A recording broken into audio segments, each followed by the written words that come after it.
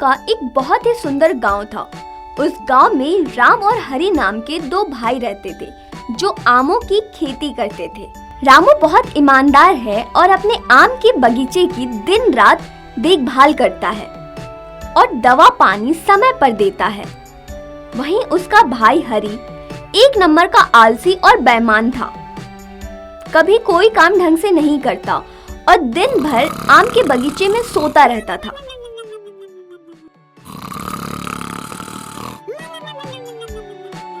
रामू को उसके मेहनत का फल धीरे धीरे सारे पके हुए आम के रूप में मिलने लगा, जिसे वो बाजार में ले जाकर हर साल अच्छी कीमत पर बेचता था और पैसे कमाता था। इससे उसकी और उसकी बीवी सीता की साल भर का खर्चा चल जाता था। वहीं हरि के लापरवाही के कारण उसके बगीचे में बहुत कम आम आते। ये देख हरि की बीवी जल जाती। बस अब बहुत हुआ, बहुत देख ली उनकी तरक्की और हमारा नुकसान। अब तुम रहने दो, तुमसे कुछ नहीं होगा। अब जो करूंगी मैं ही करूंगी। ऐसा क्या करने वाली हो भगवान? बस तुम देखते जाओ। अगले साल जब आमों के फसल का समय आता है, तब हरि की बीवी आधी रात को रामू के बगीचे में जाकर सारे आमों के पेड़ पर जहरीली दवा छिड़कने लगती है।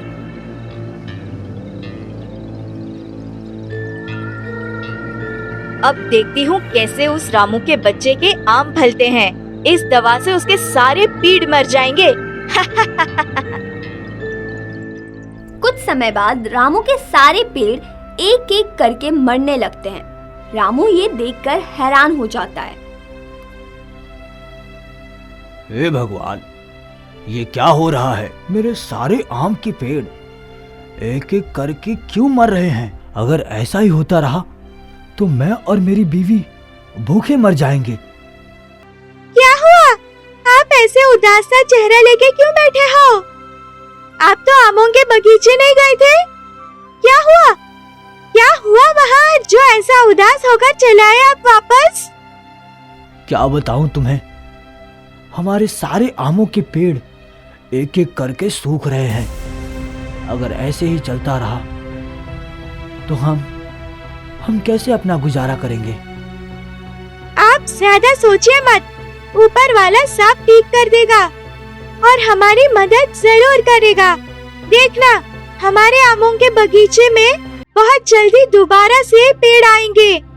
बस अब सब्र रखिए और ऊपर वाले पे भरोसा रखिए। अगले दिन जब रामू आम के बगीचे में जाता है तो देखता है कि आम के सारे पेड़ सूख चुके हैं। एक भी हरा पेड़ नहीं बचा। और वहीं दूसरी तरफ हरि के सारे आमों के पेड़ में बड़े बड़े आम लटके हैं और हरि आमों के पेड़ में पानी डाल रहा है। क्या हुआ रामू, तुम्हारे आमों के पेड़ कैसे सूख गए?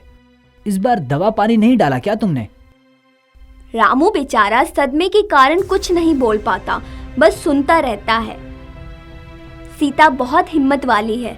जब रामू अकेला मायूस होकर बैठा रहता है तो सीता कुछ नए आमों के पेड़ ले आती है। ऐसे हाथ पे हाथ धरे बैठे रहने से कुछ नहीं होगा। ये नए आमों का घाट लो और जाकर दोबारा से शुरुआत करो। ऊपर वाला सब ठीक कर देगा।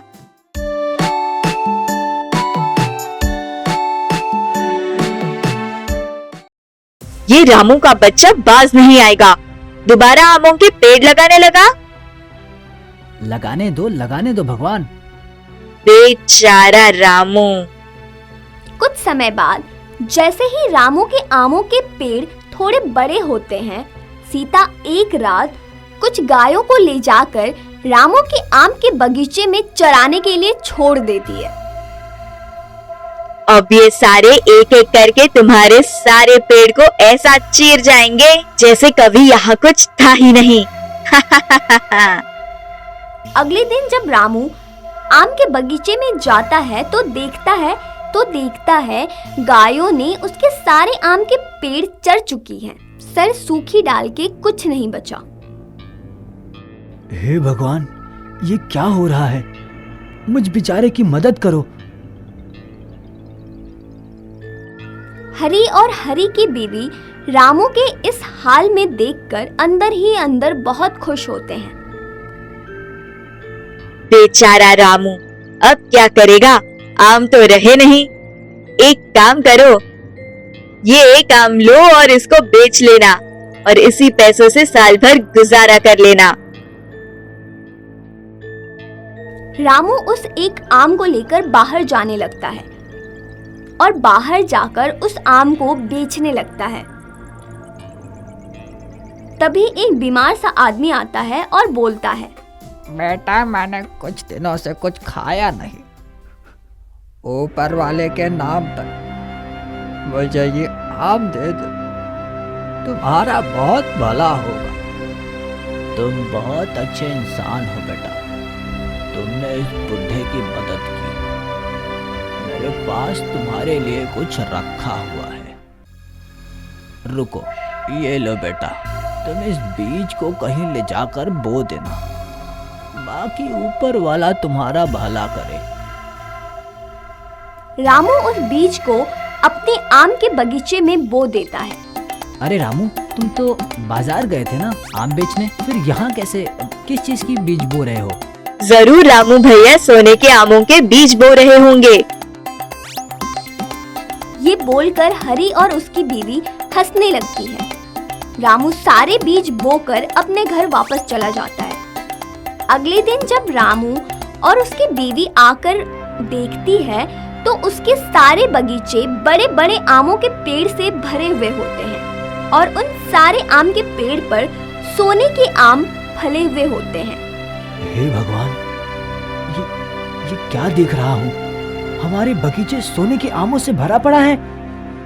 ये सब ऊपर वाले की देन है। तुम बिल्कुल सही कह रही हो भगवान। हे ऊपर वाले, तेरा लाख लाख शुक्र हो। यार, रामू के आम के बगीचे में सोने के आम, ये कैसे हुआ? जी, उधर देखो, हमारे बगीचे में। वहीं हरी के सारे आम को गिलहरी सफा चट कर चुकी होती है। एक भी आम नहीं बचता। अब हमारा क्या होगा जी? चले थे रामू भैया का बुरा सोचने, हमारा ही उल्टा बुरा हो गया। हरी और उसकी बीवी रामू के पास जाते हैं और रो रो कर सारी कहानी बताते हैं। रामू भैया, हमें माफ कर दीजिए, मुझसे बहुत बड़ी गलती हो गई है। मैं लालच में पड़ गई थी।